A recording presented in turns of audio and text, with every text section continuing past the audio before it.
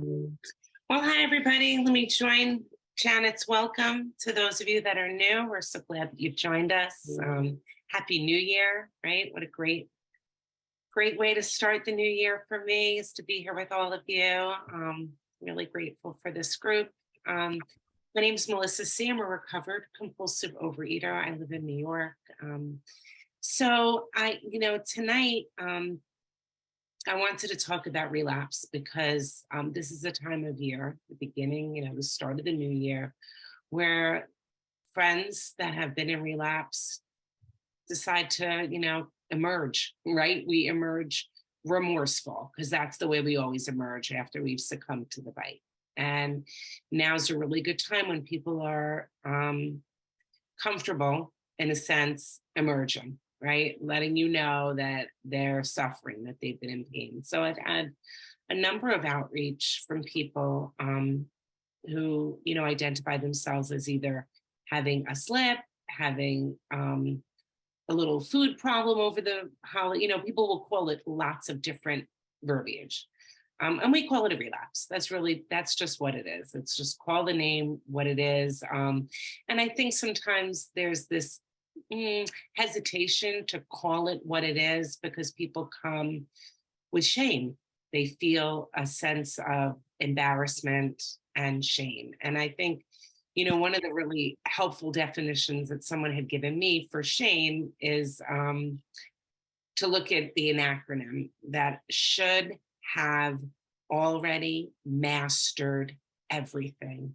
And there's a big problem there because that means that we're the master, that this is a problem that I should master. And if that's your thinking, you're actually really way back in step one because we're powerless over it, right? No reason to have shame. The good news is there is a master. We're not it. It's a power greater than ourselves. And so if you're feeling shame, you're thinking maybe you had some power that you could have done differently. And the truth is, there were probably series of actions you could have done differently. But the thing that you're ashamed of generally is the food. And you may as well just put that aside because being ashamed that you've succumbed to the food things, is the thinking that you could have done any differently. And you can't, not if you have what I have. You had no ability to do anything different. Once you stopped taking the other actions, the action that led you to eat is your addiction, right? So, the first time I was asked to speak on this topic, I was actually sent a blurb that the person wanted me to focus on. I had done a panel about relapse, and the blurb actually came out of a plan of eating, and it was from page 9, and the quote was, "Relapse is not inevitable." It's good news, right? It's not inevitable. And then there was this little passage afterwards, and I'm going to read it, and then I'm going to sort of jump in on my thinking, and we'll go really primarily into the book, into the book. The big book is really when I say the book. But this is a little blurb, and I believe it was from a plan of eating, or it was from some sort of OA essay, some sort of OA piece. And it says here, "I had such a history of relapse that my sponsor said, if nothing changes, nothing changes. That meant drastic change in every area of my life, one day at a time. My life was permeated by bad habits. Breaking bad habits can require lots of prayer and willingness. At first, just driving past the restaurant or grocery store and heading for a safe place took every ounce of willingness I could muster. But every time I do that, it gets easier the next time. Just for today, I can do this. All of the power of the universe is behind every prayer. Every attempt to do things a little bit better today than I did yesterday. It really is a new day. I now know what works and what doesn't. I can, for today, Be kind to myself and to my body. I can be my own best friend.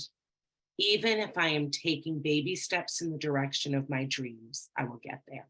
And this was a quote that was sent to me, and they asked me to sort of develop the topic. And so in thinking about that reading, and this idea of being my own best friend, I was sort of thinking about that a lot. And I could use a statement like that in the most dishonest way. I could take that statement, twist it, and I would say things like, well, I overate, but I'm not going to beat myself up over it. Like basically, I'm going to excuse myself, right? I'm not going to be upset over it. I'm thinking now about, a much more powerful and truly loving friendship with myself today. And, and here's what it is. I'm a child of an awesome God, and He is the creator, and I am His creation. And so I am best to treat His creation with love and care. And this means for me following this program. That's not overfeeding or underfeeding my body, because it's flippant and actually uncaring to fill myself up with crap and then say, I'll treat myself kindly by being my best friend, by being my own best friend. Because when I'm filling myself with that food, I'm actually not being my own best friend. A true best friend doesn't behave that way. But that line, the line in that quote about all the power of the universe is behind every prayer. I think that was the important aspect of that passage. Now, that is the very thing I needed and always need to keep uppermost in my mind.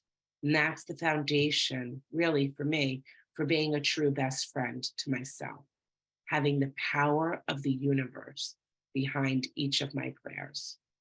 So, what is a relapse? Like, let's just define it. A relapse is decline, degenerate, revert, wane, and setback. And in our terms, it's when someone goes back to the food, right? And oftentimes we hear people try to quantify it. They'll say they had a slip, and they may have been sloppy in their eating. That's one I hear a lot. I was just getting a little sloppy with my eating. And or they'll say, well, I really haven't been making the best choices recently. And here's another one that we hear. Well, I overate, but it was on my abstinent food, right? It's sort of like I overate, but that it doesn't really count, right? And there's a lot of ways that relapse occurs, and I think it's worth really clearing up a few things. Like one, there are no slips. There's no such thing. Unless, of course, you actually, like I say this, unless, of course, you actually slipped and fell and your mouth was open and you landed on a cupcake, right? And it fell in your mouth. That's a slip. Otherwise, it's not a slip, right? It's, there were a series of actions that a compulsive overeater goes through in order to get the food, and none of it is slipping. They may have gotten in their car. They may have drove up to the drive-through. They may have ordered something, took out their wallet and some money, paid for the item, got it, unwrapped it, and ate it, right? That's not a slip. Or they may have been cleaning up after dinner. It's a common one. Cleaning up after dinner, in the kitchen alone, annoyed at your family. They're such slobs. They never clean the dishes with you, or I'll do it. I'm such a martyr. And then something in my mouth. That's not a slip either, right? That's a decision. It is a decision. And two, sloppy eating. Let's talk about what sloppy eating. Well, sloppy eating is really not our issue, because this isn't Sloppy Eaters Anonymous. Like, let's be clear about the words, because if you're sloppy, like, get a napkin, right? Like, let's just get a napkin. I'm not here because I dropped food on the floor. That's not what this is. And what does it mean when someone's eating in a sloppy way? When we say that, like, oh, I'm eating the sloppy way, it means that they're not eating in a way that's aligned with their definition of tidy eating. And what they mean by tidy eating is abstinence. They're not eating in an agreement with the way that they've defined as being abstinent. And that's really what it is, right? I don't think it helps us or helps one another to not be clear with our words, right? It's not cruel. It's not cruel to say, let's not use soft words. Let's just call it what it is so that we can identify what it really is. Just like if I went to the doctor and I had a hacking cough, I'm not going to try to stifle it down so the doctor can't hear me cough, right? It's like we can't help each other if we're not honest about what our symptoms are. And eat food is a symptom. So if we're back in the food, we're displaying symptoms of our illness, and best to be real clear about what our symptoms are. Now let's number 3, the choices, the idea that I'm not making the best choices. So let's talk about choices, meaning someone has determined that they haven't been making the best choices. And to me, it sounds like they're saying they have the ability to choose, right? And now if someone believes that they have the ability to choose, then perhaps they never really took step 1, right? If you're just saying, I'm not really making good choices, you say that you still have a choice. And then you might not have this problem, or you haven't fully conceded, surrendered, and accepted to your innermost self that you're a real compulsive eater. A real compulsive eater, by definition, has lost the power of choice. In the big book of Alcoholics Anonymous, in the chapter, there's a solution on page 24. It says this: the fact is that for most alcoholics, for reasons yet obscure, have lost the power of choice in drink. So when I was saying out there, in relapse land, that I didn't make a good choice, but I would choose better next time, I was actually in greater danger than I ever imagined. I had no idea what danger I was in. Because as long as I believe that I can still control it, there's no chance that I can work the rest of the steps needed to get well and stay well. As long as you think you're still in control, how could you possibly give yourself over, right? All right, number 4, overeating on abstinent foods. I know that the doctor's opinion is very clear about the allergy of the body, and yet, most of us have very specific allergic foods. A lot of us do, things that trigger the allergy just from ingesting it in any form. But it's important to note that we are overeaters anonymous, and not sugar eaters anonymous, and not flour eaters anonymous, and not candy eaters anonymous, but we're overeaters anonymous. And now, perhaps there are common culprits for many of us, but it's the action also that I'm addicted to. And for me, it's the action of eating the wrong amount of food for my body's health and well-being. So overeating abstinent foods is actually not being abstinent. If you're overeating on your abstinent food, that's not abstinence. And we often suffer, yes, from allergic food behaviors. And I found out that I trigger the allergic response for me, which is an insatiable need, right, for more and more and more, not just by eating certain foods, but also from certain food behaviors. And I need, for my recovery, for my plan, I need a daily committed food plan. I need to eat on time, at the table, and not in a casual way where food is recreational. It doesn't work for me. And I found out that for me, eating in front of the TV or spontaneously off my plan,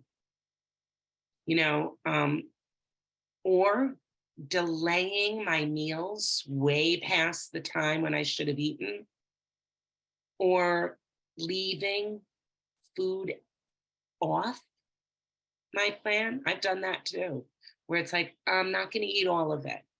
I'll leave like a little bit of it. Those kind of behaviors, those trigger an allergy. Those can trigger an allergy too. And so so now that we sort of discussed like what is, what are the code words to listen for when someone calls us and they're like, well, I ate off my plan a little bit. And now you can really sort of listen, right? So now there's two things I want to focus on. One is coming out of the relapse, right? Recovering after the relapse. And two, relapse prevention, right? How do we prevent it from happening or happening again, right? So, I was thinking about why it is that I can speak about recovering from a relapse and also relapse prevention. Why is it that I can speak about it? Like, what makes me an expert? And if I, let's say I was a heart disease specialist, asked to talk about ways to recover after a heart attack or preventing a heart attack, you might be asked me to speak based solely on my education or my years of research, or because I've had great clinical trials with patients. you know, but here, what are my credentials? My experience. That's what makes me an expert here, is that I've got some experience. In OA, it's always our experience that makes us uniquely qualified. So in my own experience as a woman who has this disease for one, and who has had a relapse, multiple relapses, two major relapses, and who has recovered.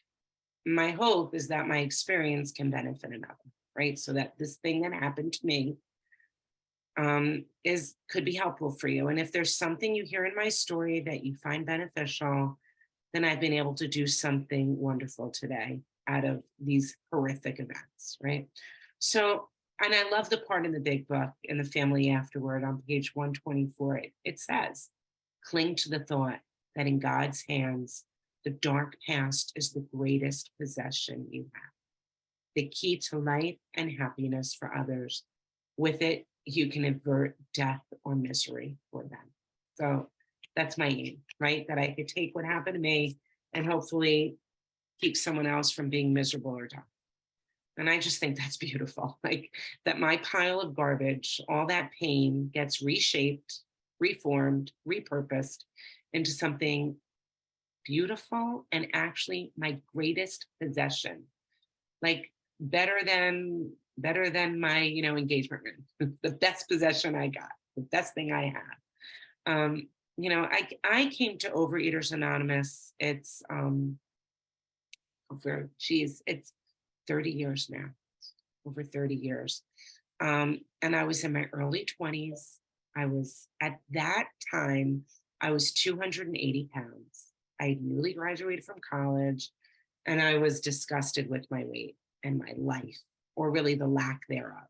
My life was lacking. And I was just disgusted with myself. I knew I had a problem much greater and different from others who said that they struggled with their weight. I had struggled with my weight all my life. And I came to a meeting, and in that particular meeting, it was it was in the 80s. They gave you a food plan at this meeting. They were like, here's a food plan. And there was some information about the evils of sugar. And I was also handed a big book. And now the big book, I scanned it for the diet and I couldn't find it. I was like, I don't see a diet here. But by the way, I didn't read the doctor's opinion, because had I read the doctor's opinion, I actually would have found out there is a little bit of a diet per se there. I just didn't understand. So I took the book and I shoved it in a drawer, and I worshiped my abstinence and my food plan. That's what I worshiped. Abstinence was God. That was my God. And my religion was my food plan. I practiced a food plan to worship my abstinence God. And I what happened for me was I lost a tremendous amount of weight in a record time, but I did not work the steps with intensity and earnestness necessary to recover. I didn't recover.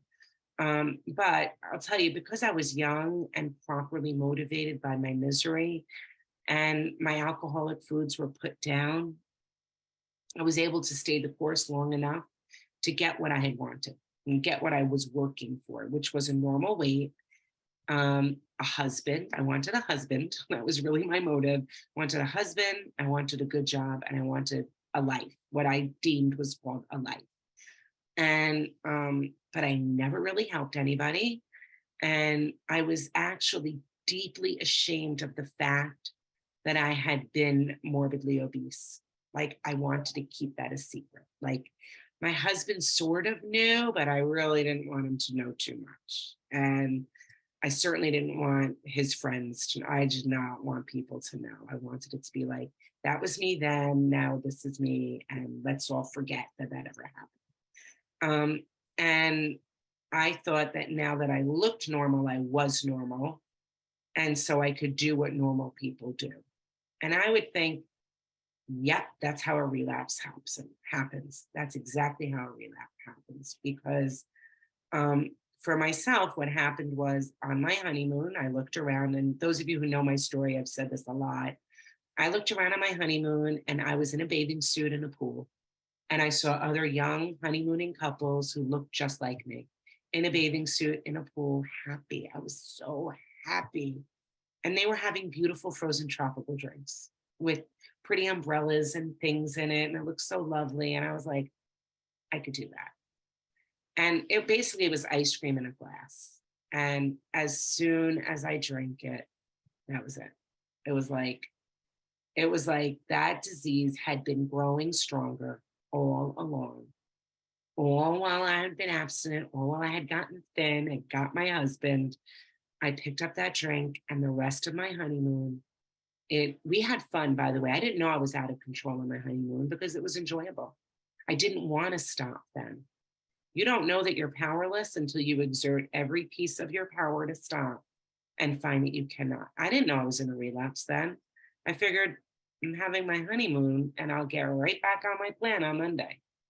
But that Monday came when I got home and I could not do it. It was impossible, impossible. And I remembered, getting home from my honeymoon, none of my clothes fit me. Because when I gain weight fast and furious. Nothing fit me. It was horrible. I had no clothes to wear. I was like, holy crap, what am I going to do? I went to the store. I bought all my food, like I knew what I was supposed to eat. And that food rotted in my refrigerator. And I did it week after week after week. And within a very short amount of time, I was obese again. It was horrible for my marriage. It was very painful for me. I was embarrassed for myself. And I was embarrassed for my husband. I felt like I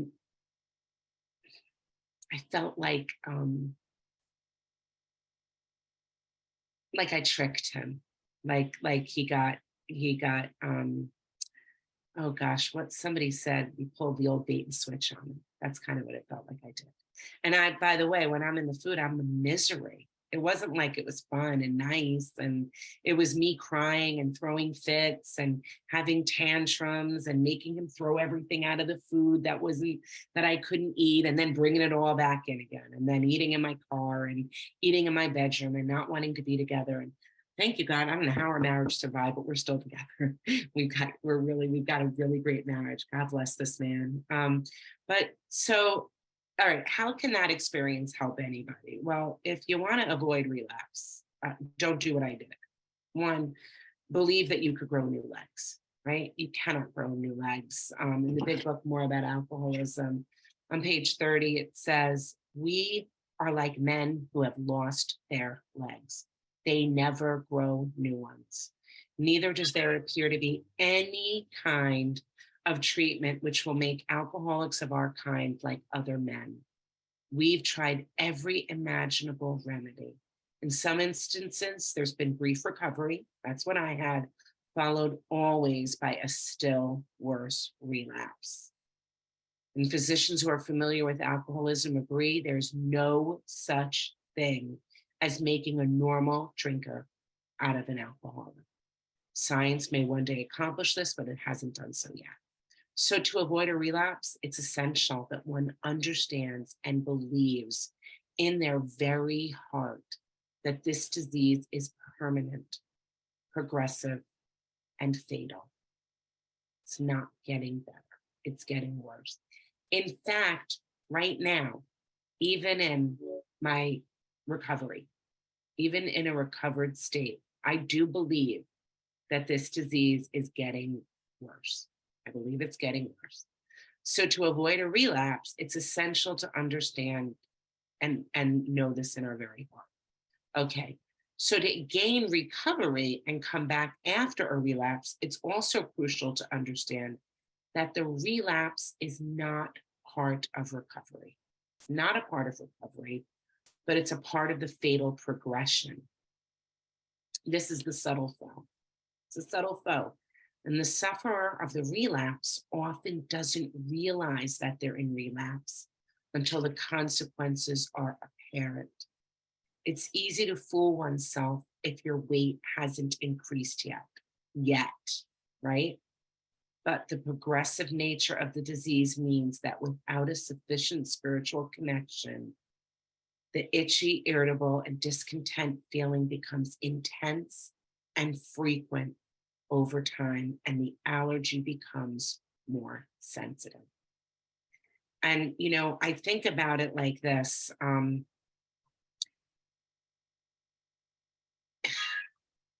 This disease, it's a subtle foe, and a subtle foe is cunning, it's tricky, it uses trickery. And a subtle foe, I would say, lets you get away with it a little bit, just enough so that you think you got away with it. And I believe I've seen that happen with enough people that when they finally emerge remorseful and we start digging in there and talking about it, the truth starts coming out that they stepped away long before they realized it. It started with small compromises in their recovery, small things that they did that the disease let them believe they got away with. And once they start thinking they get away with it, what happens is the disease says, shh, don't tell anyone. It's just between us. They don't need to know. See, you're okay now. You got yourself right back on. You don't have to tell them, right? You don't have to lose your status, whatever that means. But that's what the disease says, that you're going to lose your status. And so the disease kind of uses your pride as your Achilles heel. It gets you every time. And what happens is when you start making small compromises, the thing inside you, your conscience, knows that you're lacking integrity.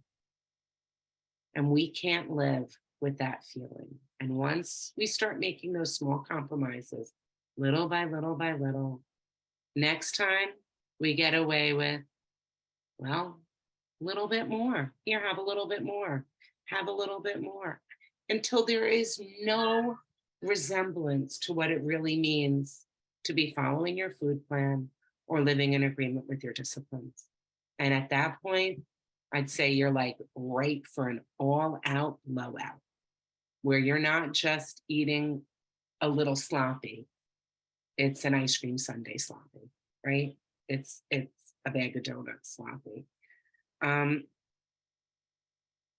So I need a spiritual connection. That's the only thing that's going to help me, because my sensitivity, if this disease is progressing, my sensitivity has spread to foods that were once not a problem. That's the truth for me.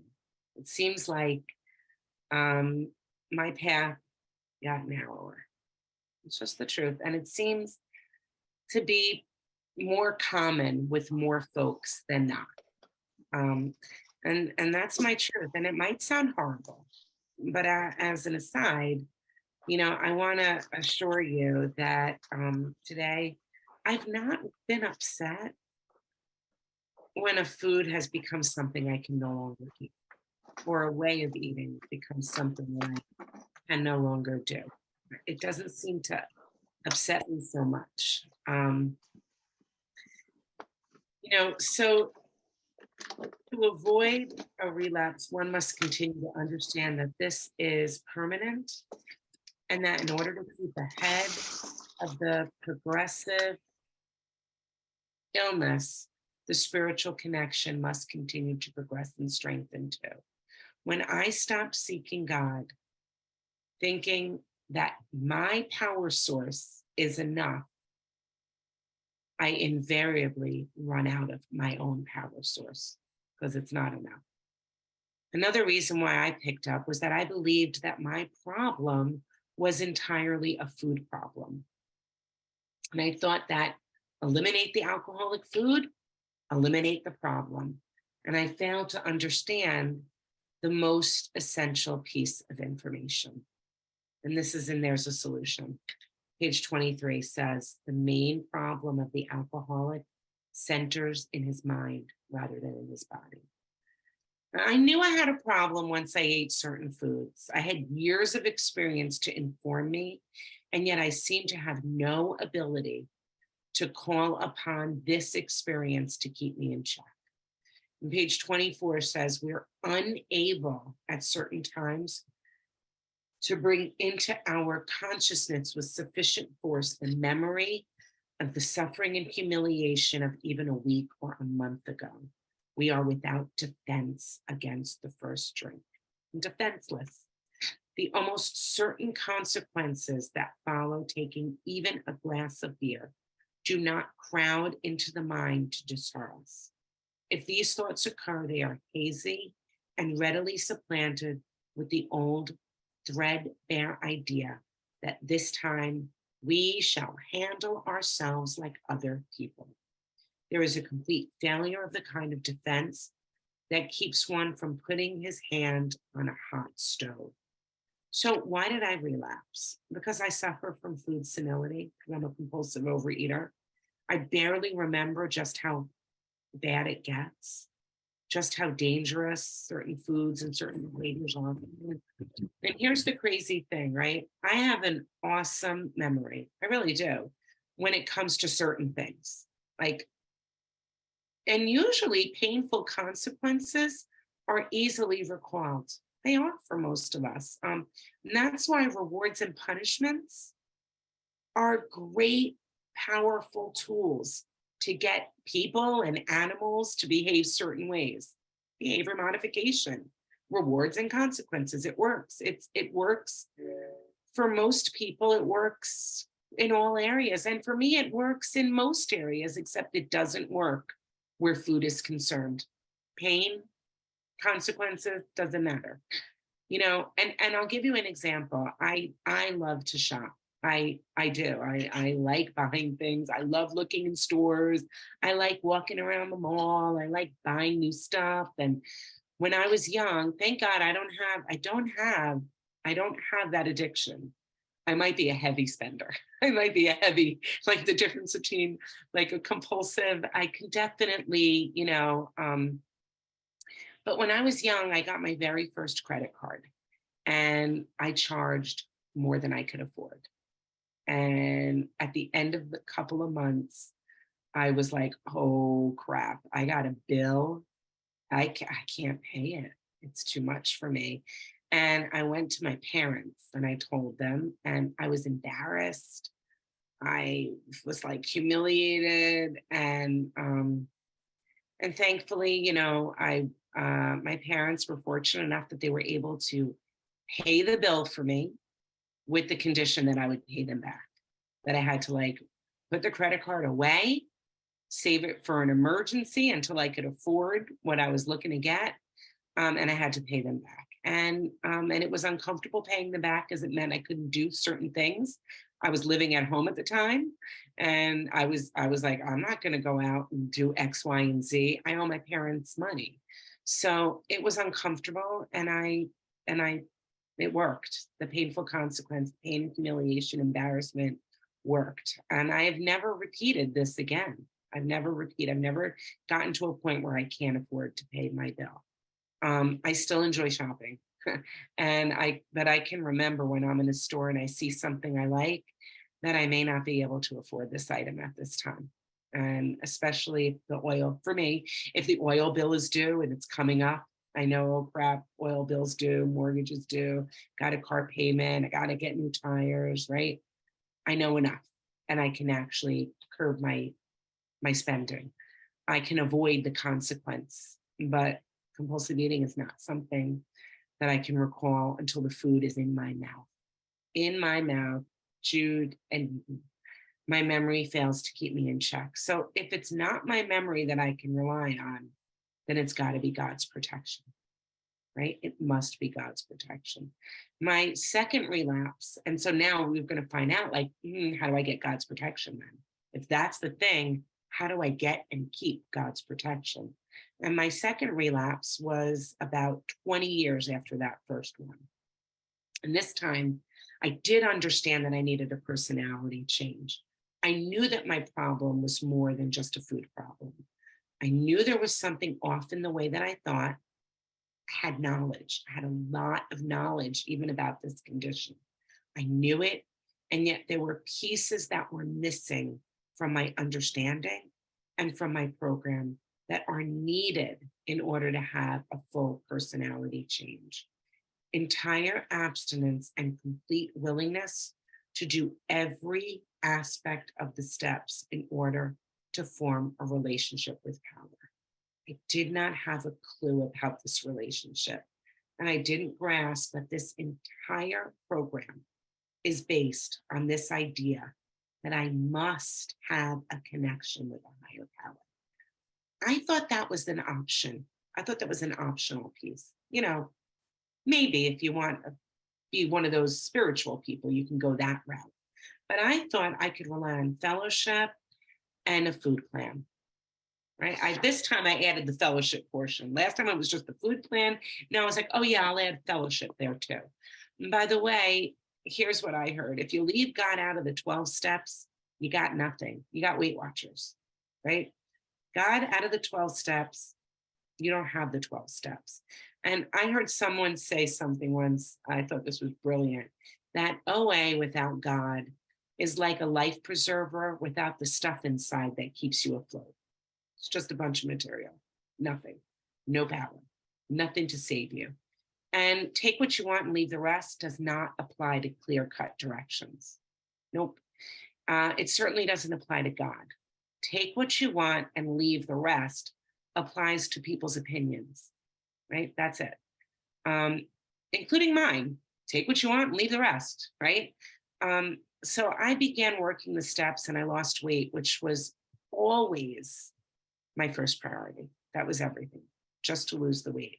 And I was not too sold on the God idea, but I wanted to get well enough to entertain the possibility. And I think what happened for me was I failed to understand three crucial things. One, I needed to find my way into the loving arms of my Creator. I had to find a way there. And only an act of providence, meaning a miracle from God, could relieve me of the merciless obsession. No human power. I was looking for human power. That's what I was looking for, and it's not strong enough. Two, that I really have a very severe allergy, and that it's to more than just the sugar. I've since learned that I have to be entirely abstinent 100%. And this included many foods and behaviors. And it has nothing to do with weight loss and caloric value. Caloric value and weight loss are separate issues. And for me, it just kept me chained to my compulsion just the same. One of the things that kept me chained to my compulsion was diets and futuristic weight loss dreams, those ideas. I had to stop living in this someday when I'm thin, Someday when I'm thin, I'll do X, Y, and Z. I had to truly focus on doing my best just with the very day in front of me. 3, I had to work all aspects of the steps, including getting entirely honest with someone about some resentments I had and some amends that I needed to make. And how did I learn this? From my experience. That's how I learned it. So here's my second relapse experience. I went away with my family on a beautiful vacation to Disney World. Notice going away on vacation is a dangerous time for us in recovery. So if you want to avoid a relapse, when you go on vacation, nothing should really change in terms of your food except the city in which you're eating. That's really what I've come to understand. That when I go away, my food will look almost exactly like what I eat right here in New York in my kitchen. Just about the same. Very little change. Um,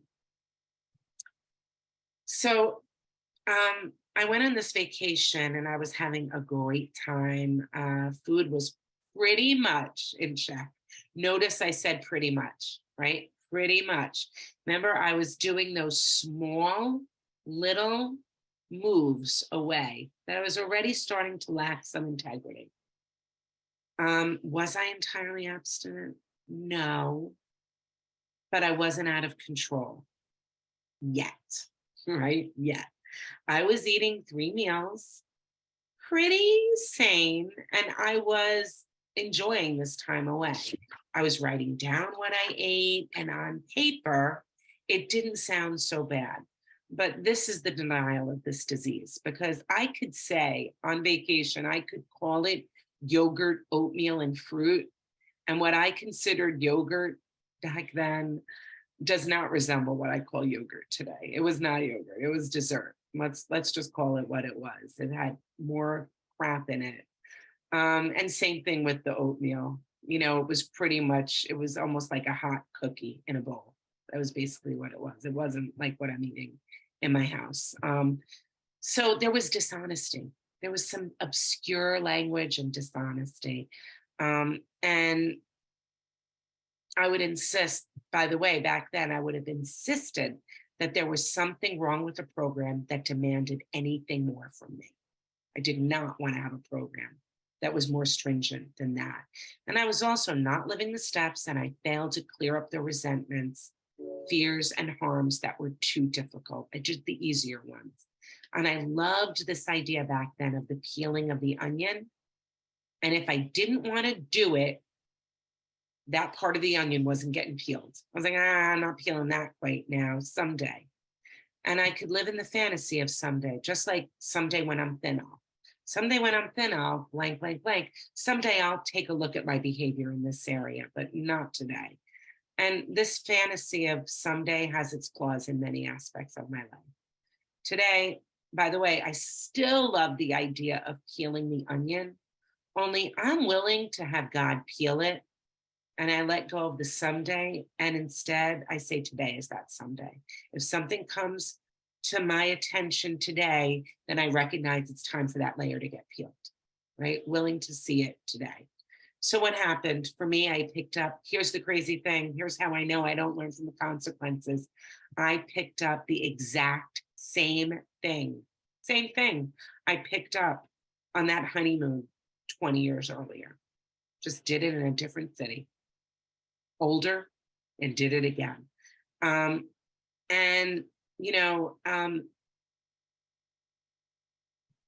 after I had that drink on that August day, by the way, I did not revert back to sugar after that. I didn't revert back to candy and cookies and ice cream and none of that.